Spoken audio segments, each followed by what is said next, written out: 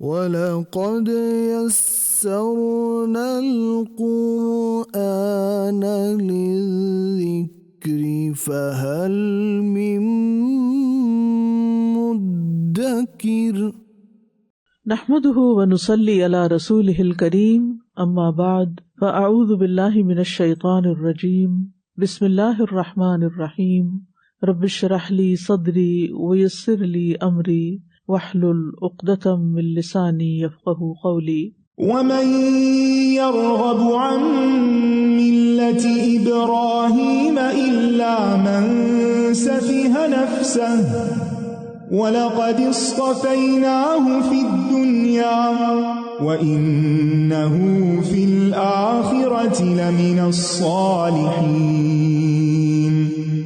إِذْ قَالَ لَهُ رَبُّهُ أَسْلِمْ قَالَ أَسْلَمْتُ لِرَبِّ الْعَالَمِينَ وَوَصَّى بِهَا إبراهيم بنيه ويعقوب يا بني إن الله اصطفى لكم الدين فلا تموتن إلا وأنتم مسلمون أم كنتم شهداء إذ حضر يعقوب الموت إذ قال لبنيه ما تعبدون من بعدي قالوا نعبد إلهك وإله آبائك إبراهيم وإسماعيل وإسحاق إلها واحدا ونحن له مسلمون تلك أمة قد خلت لها ما كسبت ولكم ما كسبتم ولا تسألون عما كانوا يعملون وقالوا كونوا هودا أو نصارى تهتدوا قل بل ملة إبراهيم حنيفا وما كان من المشركين قولوا آمنا بالله وما أنزل إلينا وما أنزل إلى إبراهيم وإسماعيل وإسحاق ويعقوب والأسباط وما أوتي موسى وعيسى وما أوتي النبيون من ربهم لا نفرق بين أحد منهم ونحن له مسلمون فإن آمنوا بمثل ما آمنتم به فقد اهتدوا وإن تولوا فإنما هم في شقاق فسيكفيكهم الله وهو السميع العليم صبغة الله ومن أحسن من الله صبغة ونحن له عابدون قل أتحاجوننا في الله وهو ربنا وربكم ولنا أعمالنا ولكم أعمالكم ونحن له مخلصون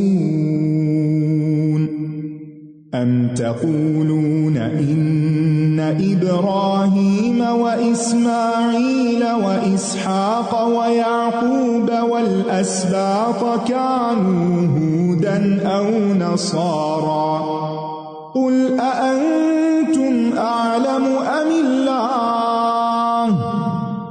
ومن أظلم ممن كتم شهادة عنده من الله وما الله بغافل عما تعملون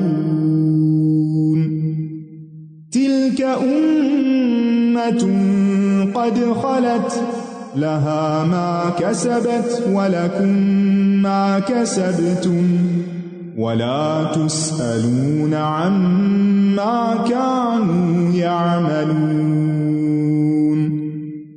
اور کون ہے جو ابراہیم کے طریقے سے بے رغبتی کرے، اس سے منہ موڑ جائے، سوائے اس کے جس نے خود کو حماقت میں مبتلا کر لیا ہو۔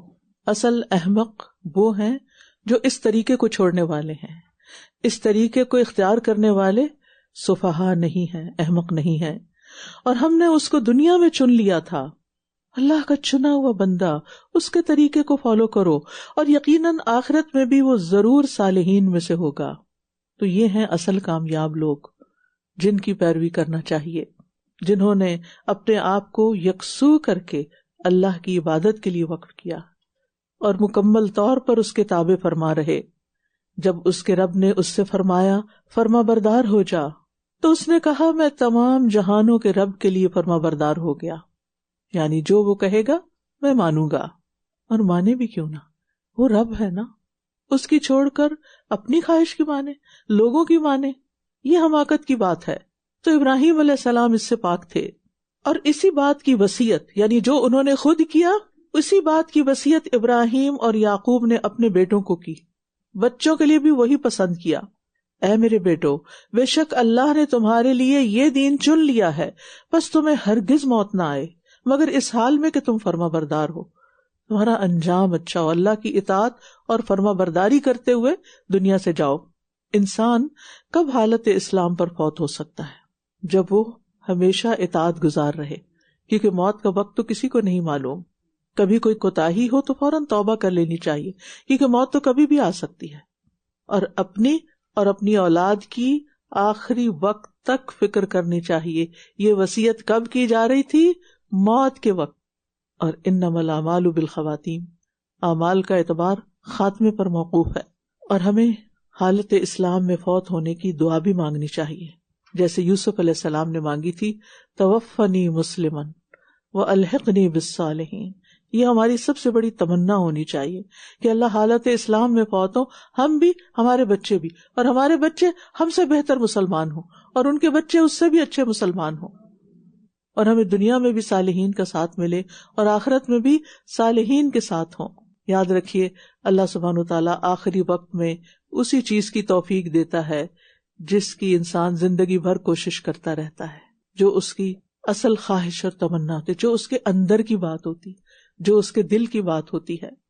کیا تم اس وقت موجود تھے جب یعقوب کی موت کا وقت آیا، جب اس نے اپنے بیٹوں سے پوچھا تم میرے بعد کس کی عبادت کرو گے؟ انہوں نے سوال کیا میرے بعد کس کی عبادت کرو گے؟ ہم نے کبھی اپنے بچوں سے ایسی کوئی بات پوچھی؟ ہم یہ تو پوچھتے ہوم ورک کر لیا، فلاں کام کر لیا، اور وہ اکثر سوال ہمارے دنیا کے بارے میں ہوتے ہیں۔ اور ان کا سوال کیا تھا جب اس نے اپنے بیٹوں سے پوچھا تم میرے بعد کس کی عبادت کرو گے؟ انہوں نے کہا ہم آپ کے معبود کی اور آپ کے باپ دادا ابراہیم اور اسماعیل اور اسحاق کے معبود کی عبادت کریں گے جو ایک ہی معبود ہے، یعنی ہم سب کا ایک ہی معبود ہے اور ہم اسی کے فرما بردار ہیں۔ کتنے سکون سے رخصت ہوئے ہوں گے جب انہوں نے اپنے بچوں کی زبان سے یہ بات سنی ہوگی۔ وہ ایک جماعت تھی جو گزر چکی، اس کے لیے وہ ہے جو اس نے کمایا، اور تمہارے لیے وہ ہے جو تم نے کمایا۔ ان کی نیکیاں ہمارے کام نہیں آ سکتی، ہمیں اپنے لیے خود کچھ کمانا ہے، اور تم سے اس بارے میں سوال نہیں کیا جائے گا جو وہ کیا کرتے تھے۔ ہر ایک سے سوال اس کے اپنے اعمال کے بارے میں ہوگا۔ اور یہ کہتے ہیں تم یہودی یا عیسائی ہو جاؤ تو ہدایت پا جاؤ گے۔ فرقہ وارانہ نام، اللہ نے کسی کو یہودی نہیں پیدا کیا نہ عیسائی، یہ نام لوگوں نے خود اپنے لیے چوز کر لیے، خود رکھے۔ ہوا سماکم المسلمین، اس نے تم سب کا نام مسلمان رکھا۔ ہر نبی نے اپنے امتیوں کو اسلام کی طرف دعوت دی۔ اسلام ہی ہے جو آدم علیہ السلام سے لے کر اب تک سب کا دین رہا ہے، لیکن لوگوں نے اپنے اپنے الگ نام رکھ لیے، ڈیویشن کر لی۔ اور یہ کہتے ہیں تم یہودی یا عیسائی ہو جاؤ تو ہدایت پا جاؤ گے۔ کہہ دیجئے بلکہ ابراہیم کا دین جو یکسو تھا اور مشرکوں میں سے نہ تھا. تم سب کہو ہم اللہ پر ایمان لائے اور اس پر جو ہماری طرف نازل کیا گیا اور اس پر بھی جو ابراہیم اور اسماعیل اور اسحاق اور یعقوب اور اس کی اولاد کی طرف نازل کیا گیا. یعنی ان سب کی طرف بھی اللہ تعالیٰ کی طرف سے ہدایات آئی تھیں. اور جو موسیٰ اور عیسیٰ کو دیا گیا اور جو تمام انبیاء کو ان کے رب کی طرف سے دیا گیا، ہم ان میں سے کسی ایک کے درمیان کچھ بھی فرق نہیں کرتے اور ہم اسی کے فرما بردار ہیں. یعنی یہ سب اللہ کے نبی تھے، ہم ان کو نبی مانتے ہیں، رسول مانتے ہیں. پھر اگر یہ بھی اسی طرح ایمان لے آئیں جیسے تم ایمان لائے ہو تو یقیناً یہ ہدایت پا گئے، اور اگر یہ منہ پھیر لیں تو بے شک یہ مخالفت پر تل گئے ہیں. بس ان قریب ان کے مقابلے میں اللہ آپ کو کافی ہو جائے گا. آپ ان کی مخالفت کی پرواہ نہ کریں. ایمان کا معیار تو انبیاء کے ایمان والا ہے، صحابہ کے ایمان والا ہے. اس ایمان پر کبھی بھی کمپرومائز نہیں کرنا چاہیے، اور اگر کوئی مخالفت کرے تو معاملہ اللہ کے حوالے کر دینا چاہیے. اللہ آپ کو بچائے گا، اور وہ خوب سننے والا، خوب جاننے والا ہے. وہ سب دیکھ رہا ہے کہ کون کیا کہہ رہا ہے، کس کو کیا کہا جا رہا ہے، اور جو سننے والا ہے اس کا ری ایکشن کیا ہے. صبغۃ اللہ، اللہ کا رنگ یعنی اللہ کا دین. اور اللہ سے بہتر رنگ کس کا ہو سکتا ہے، اور ہم تو صرف اسی کی عبادت کرنے والے ہیں. کہہ دیجئے کیا تم اللہ کے بارے میں ہم سے جھگڑتے ہو، حالانکہ وہی ہمارا اور تمہارا رب ہے، اور ہمارے لیے ہمارے اعمال ہیں اور تمہارے لیے تمہارے اعمال، اور ہم تو اسی کے لیے مخلص ہیں، اس کے وفادار ہیں. اللہ کے لیے مخلص ہونے کا مطلب کیا ہے؟ کہ ہر ملاوٹ کے بغیر اللہ کے دین کو قبول کیا جائے، مخلوق سے کٹ کر خالق کی طرف رخ کیا جائے. کیا تم کہتے ہو کہ ابراہیم اور اسماعیل اور اسحاق اور یعقوب اور اس کی اولاد یہودی تھے یا عیسائی؟ کہہ دیجئے کیا تم زیادہ جانتے ہو یا اللہ؟ اور اس سے بڑا ظالم اور کون ہوگا جو اس گواہی کو چھپا لے جو اللہ کی طرف سے اس کے پاس ہو، اور جو کچھ تم کرتے ہو اللہ اس سے ہرگز غافل نہیں. یہ ایک جماعت تھی جو گزر چکی، انبیاء اور ان کی اولادوں کی جماعت. اس کے لیے وہ ہے جو اس نے کمایا، چاہے وہ انبیاء کی اولاد ہے، لیکن ہر ایک کا انجام اس کے عمل کے مطابق ہے. اور تمہارے لیے وہ ہے جو تم نے کمایا. صرف ان کی اولاد ہونا کافی نہیں کہ ہم ان کی نسل سے ہیں، اور تم سے اس بارے میں سوال نہیں کیا جائے گا جو وہ کیا کرتے تھے. یعنی ان کے اعمال کا سوال تم سے نہیں ہوگا. گویا ہر ایک کا حساب اس کے اپنے اعمال کے مطابق ہوگا. محض آبا کی طرف نسبت فائدہ نہ دے گی، اصل فائدہ عمل سے ہی ہے، وہی حقیقی فائدہ دیتے ہیں. رسول اللہ صلی اللہ علیہ وسلم نے فرمایا، اور جس کے عمل نے اسے پیچھے رکھا اس کا نسب اسے تیز نہیں کر سکتا، اسے آگے نہیں بڑھا سکتا. اگر عمل نہیں تو تم چاہے کسی کے بھی بیٹے ہو، کچھ فائدہ نہیں. یہاں پہلا پارہ مکمل ہوا. سيقول السفهاء من الناس ما ولاهم عن قبلتهم التي كانوا عليها قل لله المشرق والمغرب يهدي من يشاء إلى صراط مستقيم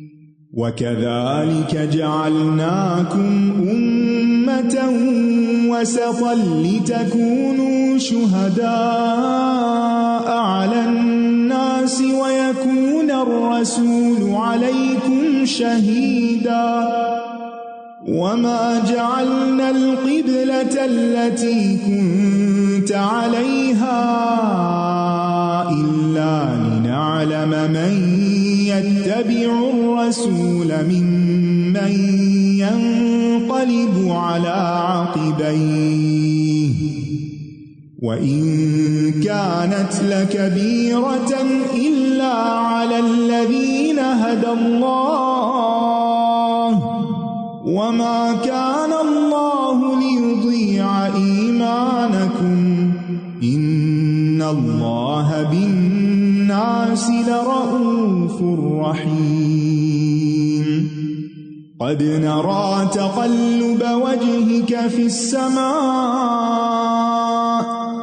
فَلَنُوَلِّيَنَّكَ لك قبلة ترضاها فول وجهك شطر المسجد الحرام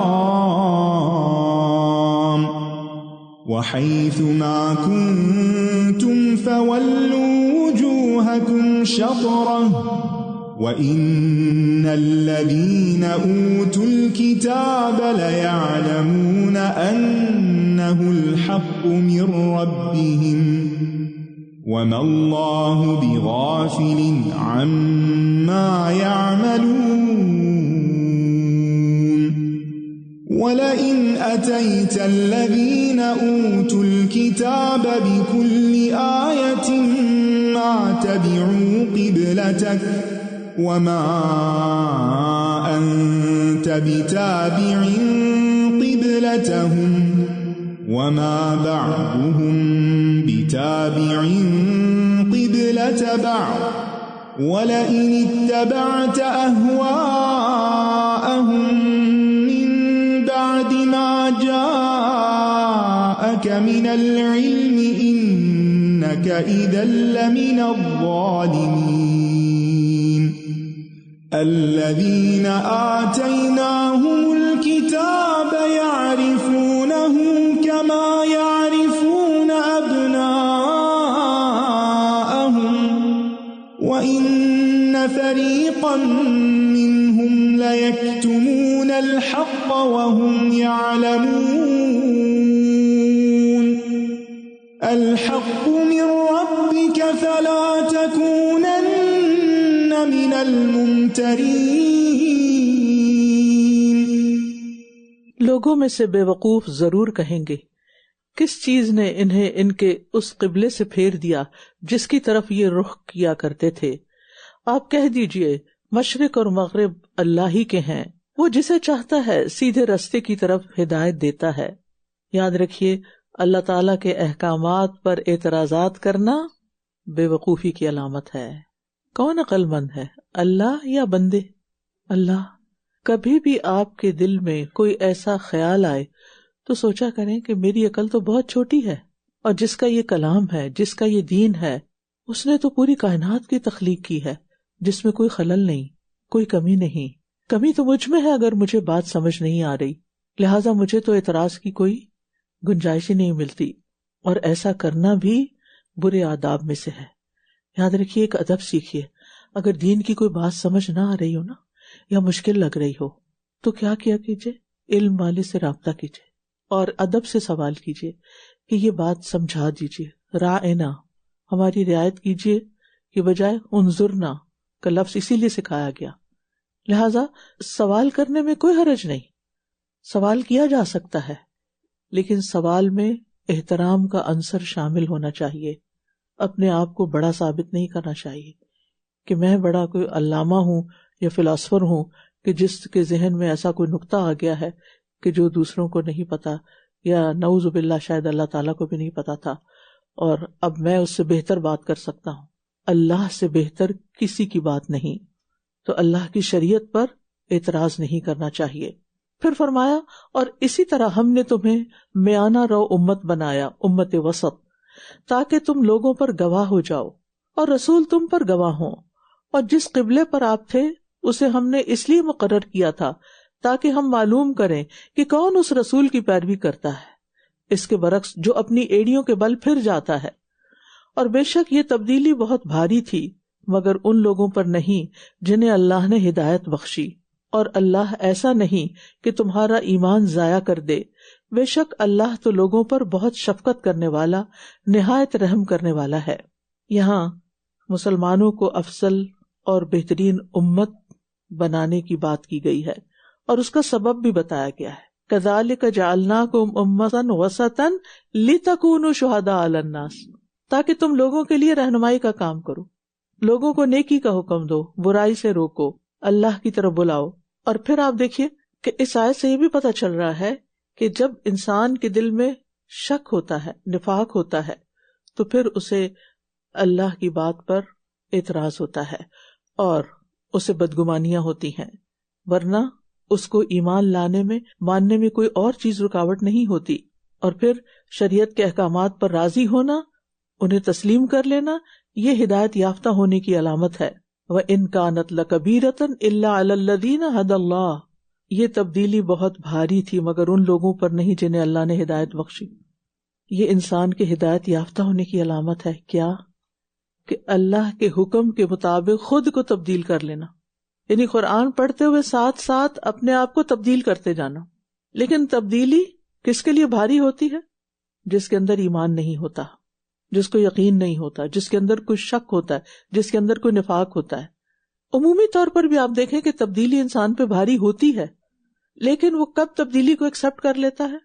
جب وہ اسے اپنے فائدے کا سمجھتا ہے۔ تو جو یہ سمجھتا ہے کہ اللہ کے ہر حکم میں میرا فائدہ ہے، تو پھر وہ قرآن کو تبدیل نہیں کرتا، اللہ کے حکم کو تبدیل نہیں کرتا، بلکہ خود اس کے مطابق ڈھل جاتا ہے، اور وہ اس معاملے میں کسی ملامت گر کی ملامت کی پرواہ بھی نہیں کرتا۔ اس کو یہ خوف ہی نہیں رہتا کہ لوگ کیا کہیں گے۔ وہ سوچتا ہے کہ اگر میرے رب کو پسند ہے تو مجھے بھی پسند ہے، کیونکہ میں رب کا فرمانبردار ہوں۔ بلا من اسلم وجہہ للہ، یہی معنی ہے اللہ کے لیے اپنے آپ کو حوالے کر دینے کا۔ اذ قال لہ ربہ اسلم قال اسلمت لرب العالمین، اور یہی طریقہ ہمارے لیے پسند کیا گیا ہے۔ اور اس طریقے سے کون منہ پھیرے گا؟ وَمَن يَرْغَبُ عَن مِلَّةِ إِبْرَاهِيمَ إِلَّا مَن سَفِهَ نَفْسَهُ، جو اپنے آپ کو حماقت میں مبتلا کیے ہوئے ہے، جو دھوکے کا شکار ہے، جیسے منافقین يُخَادِعُونَ اللَّهَ وَالَّذِينَ آمَنُوا وَمَا يَخْدَعُونَ إِلَّا أَنفُسَهُم۔ یعنی اگر آپ حقیقت کے خلاف سوچ رہے ہیں تو نقصان کس کا ہے؟ حقیقت کو تو کچھ نہیں نقصان، وہ تو اپنی جگہ اٹل ہے۔ آپ کی غلط سوچ کا نقصان خود آپ ہی کو ہوگا۔ اگر اپنے آپ کو جھوٹی تسلیاں دے دی تو نقصان اپنا ہی ہے۔ دین نہیں بدلنے والا، اللہ کا حکم نہیں بدلنے والا، ہمیں بدلنا ہوگا۔ پھر فرمایا یقیناً ہم نے آپ کے چہرے کا بار بار آسمان کی طرف پلٹنا دیکھ لیا ہے، یعنی ہم آپ کا شوق دیکھ رہے ہیں، سو ہم ضرور آپ کو اسی قبلے کی طرف پھیر دیں گے جسے آپ پسند کرتے ہیں، یعنی مسجد حرام۔ تو آپ اپنا چہرہ مسجد حرام کی طرف پھیر لیں، اور تم جہاں کہیں ہو بس اسی کی طرف اپنے چہرے پھیر لو۔ اور بے شک جن لوگوں کو کتاب دی گئی ہے وہ خوب جانتے ہیں کہ یقیناً ان کے رب کی طرف سے یہی حق ہے، اور اللہ ان اعمال سے ہرگز غافل نہیں جو یہ کرتے ہیں۔ اور اگر آپ ان اہل کتاب کے پاس ہر طرح کی نشانی لے آئیں تب بھی یہ آپ کے قبلے کی پیروی نہیں کریں گے، اور نہ آپ ان کے قبلے کی پیروی کرنے والے ہیں، اور نہ ان میں سے کوئی کسی دوسرے کے قبلہ کی پیروی کرنے والا ہے۔ اور اگر علم آ جانے کے بعد آپ نے ان کی خواہشات کی پیروی کی تو بے شک آپ تب ظالموں میں شمار ہوں گے۔ یعنی نبی صلی اللہ علیہ وسلم کو بھی اجازت نہیں تھی کہ آپ ان کو خوش کرنے کے لیے ان کی باتیں مانیں۔ تو یاد رکھیے یہاں سے جو اہم بات پتہ چلتی ہے وہ یہ کہ باطل میں جتنی بھی مصلحتیں نظر آ رہی ہوں، حق والا انہیں پسند نہیں کر سکتا، اور خود ساختہ ادیان اور خواہشات کی پیروی کرنے والا دراصل اپنے اوپر ہی ظلم کرتا ہے۔ وَلَئِنِ اتَّبَعْتَ أَهْوَاءَهُمْ، کسی کی خواہشات کی پیروی نہیں کرنی۔ اب عام طور پہ کہتے ہیں بچوں کی خواہش تھی لہٰذا میں نے یہ کام کر لیا، میاں کی خواہش تھی، فلاں کی خواہش تھی۔ آپ کب تک لوگوں کو خوش کرتے رہیں گے؟ آپ کو یہ بھی تو دیکھنا چاہیے کہ آپ کے رب کی خواہش کیا ہے، وہ آپ سے کیا چاہتا ہے۔ اور یہ بھی یاد رکھیے کہ قرآن و سنت میں جو بھی اضافہ کیا جائے گا وہ انسانی خواہش کی پیروی شمار ہوگا، بدعت شمار ہوگا۔ من بعد ما جاءک من العلم، علم آنے کے بعد اصل حقیقت کے اندر، اصل علم کے اندر اپنی طرف سے ایڈیشنز کر دینا یہ قابل قبول نہیں۔ کیا ہمارا علم اور ہماری عقل، ہماری سمجھ اللہ اور اس کے رسول سے زیادہ ہے؟ کیا اللہ نے دین کو کمپلیٹ نہیں کیا تھا؟ کیا دین مکمل نہیں کہ ہمیں اپنی طرف سے چیزیں بنانے کی ضرورت پیش آ گئی ہو؟ پھر فرمایا جن لوگوں کو ہم نے کتاب دی ہے یہ آپ کو اس طرح پہچانتے ہیں جیسے یہ اپنے بیٹوں کو پہچانتے ہیں، اور بے شک ان میں سے ایک فریق حق کو چھپاتا ہے حالانکہ یہ جانتے ہیں یہ حق آپ کے رب کی طرف سے ہے، لہٰذا آپ ہرگز شک کرنے والوں میں سے نہ ہوں۔ تو بات یہ ہے کہ حق کو پہچان کر پھر نہ ماننا بہت بڑا جرم ہوتا ہے۔ جانتے بوجھتے ہوئے حق کو چھپا دینا یہ اہل کتاب کی پیروی ہے، اللہ کے حکم کی نہیں۔ وَلَقَدْ يَسَّرْنَا الْقُرْآنَ لِلذِّكْرِ فَهَلْ مِن مُّدَّكِرٍ فذكر